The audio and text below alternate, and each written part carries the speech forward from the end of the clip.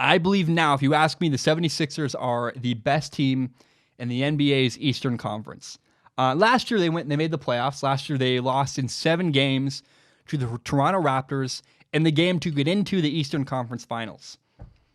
They lost on the final shot, rattled in.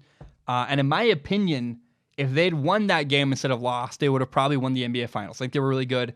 So that team that had a chance and potentially could have won the Finals last year, the 76ers, in my opinion, is even better now today than they were when they lost in the playoffs last year. So what happened? What changes have occurred? The 76ers lost Jimmy Butler to the Miami Heat. They lost JJ Redick to the New Orleans Pelicans. But they also added some players. In the process of losing and getting rid of Jimmy Butler, they added Josh Richardson, who's a cheaper building star, and a guy, Josh Richardson, who I think brings an impact and will make a big impact on their defense in Philadelphia. Another player they added is Al Horford. They signed Al Horford to a 4-year deal worth $109 million. Now, he is not a direct replacement for Jimmy Butler, but I do think the leadership he brings to the table will be really good for Philadelphia's locker room.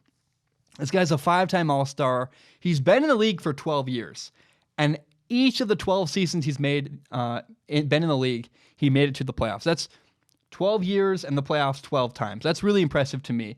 And what he brings to their locker room is maturity, stability, and his experience. I mean, being there before, being in the playoffs that many times, he's going to understand how to handle that situation. It can help the younger core of guys Philadelphia has in their locker room. And I think he's got a lot of potential to succeed. He's got a lot of good players around him. And I really think that Al Horford can make some shots late in games if they need him to. I like him.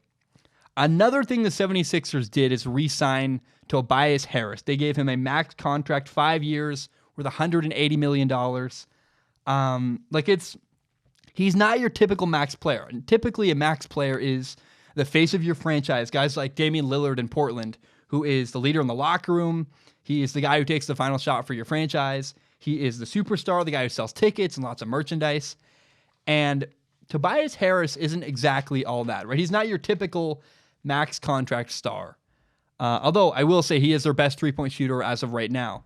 Now, it's unconventional to give a guy like Tobias Harris a max contract, but the situation, I think, warranted it. Tobias Harris had a lot of leverage over Philadelphia. They gave up a lot in a trade for him last year. Last year, the 76ers essentially gave up, Landry Shamet, a young rookie, a building star, and gave up 2 first-round draft picks to get Tobias Harris from the Clippers. They could not afford to let him walk away. They just couldn't.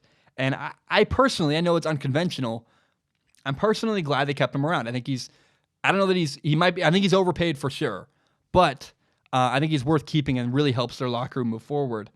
I want to name the starting 5 next year for the 76ers. Just listen to these numbers and listen to the people they have working for them, and I really like what they got going on.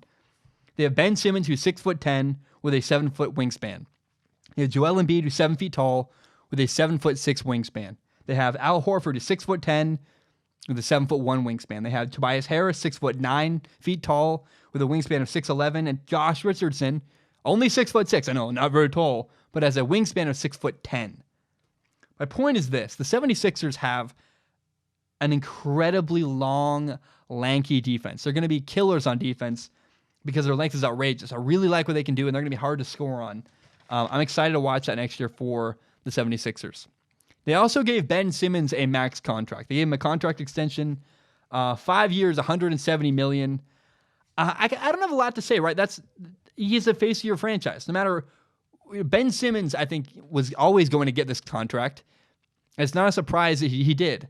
Now, the big question to me is, will Ben Simmons develop a jump shot? To me, it's all confidence. A friend of mine got very sick in the last year. She lost her voice completely for like 35 days, couldn't talk, and had to learn a completely new way to speak. Instead of speaking with her throat, she had to learn to speak with the front of her mouth. I speak very heavily with my throat. I can't imagine changing the way I would speak. Doing that hurt her confidence. There was an in-between phase. She's in it right now. She's in an in-between phase where she can't speak like the old way she used to with her throat, but she's also not great at speaking in the front of her mouth, so she's not really good at either. And that in-between phase where you're still learning and still working and making tweaks, and man, nothing feels right. You just completely lack confidence.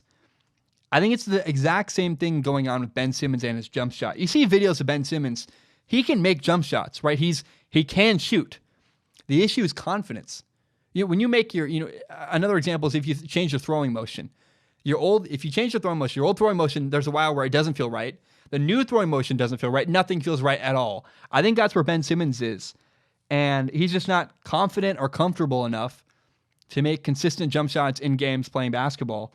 Now, I believe even without Ben Simmons having a jump shot, the 76ers improved. They have a scary defense. Al Horford's going to make shots in big moments. Their locker room has stability with Jimmy Butler gone. They added Al Horford. I really like the moves that the 76ers made. So I think right now the 76ers are better. They are the favorite in the Eastern Conference. But man, if Ben Simmons can indeed develop a jump shot, get out of the way. I think Ben Simmons, if he can shoot, that team is going to win a championship. I really like what they got going on in Philadelphia. I think they have a chance to win a championship, especially if Ben Simmons can develop any kind of a jump shot at all. Oh, man. We're going to see some special things take place in Philadelphia.